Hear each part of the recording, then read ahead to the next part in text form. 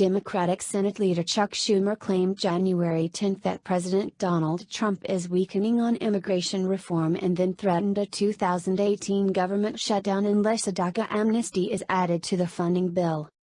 A resolution of the DACA issue must be part of a global deal on the 2018 government budget. "We cannot wait, we cannot tolerate delay," he said January 10, without formally threatening to block the budget if he does not get the huge and costly DREAM Act amnesty for 3.25 million illegals.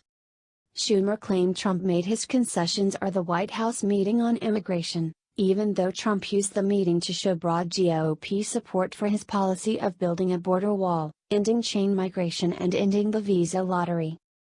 Schumer opened his speech by wrapping his amnesty demand in a series of easy-to-resolve budget demands, such as funding for health care. But he also made tougher demands, including a federal bailout of ruined union-run retirement programs. Collectively, the pension plans are roughly $60 billion in the hole.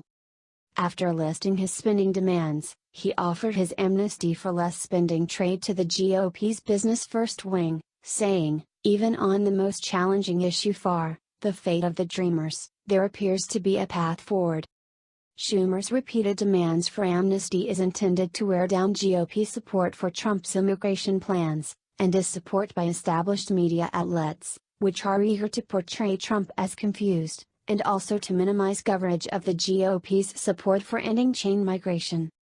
Chain migration roughly doubles the annual inflow of migrants, and so adds more cheap workers to the labor pool and more government-dependent voters to the electorate. That steady inflow has gradually turned several middle-class states, especially California and New Jersey, from pro-Republican into Democratic strongholds. Schumer is also being pushed into a corner by his progressive base, which strongly opposes the border wall as a trophy for Trump, and by ethnic lobbies, whose power depends on importing more non-Americans into the United States. In December, Schumer was forced to drop his amnesty of shutdown threat when Trump called his bluff. The cheap labor policy has also reduced investment and job creation in many interior states because the coastal cities have a surplus of imported labor.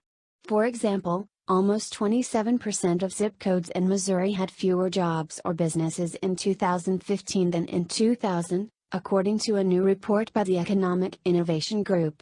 In Kansas, almost 29% of zip codes had fewer jobs and businesses in 2015 compared to 2000, which was a two-decade period of massive cheap labor immigration.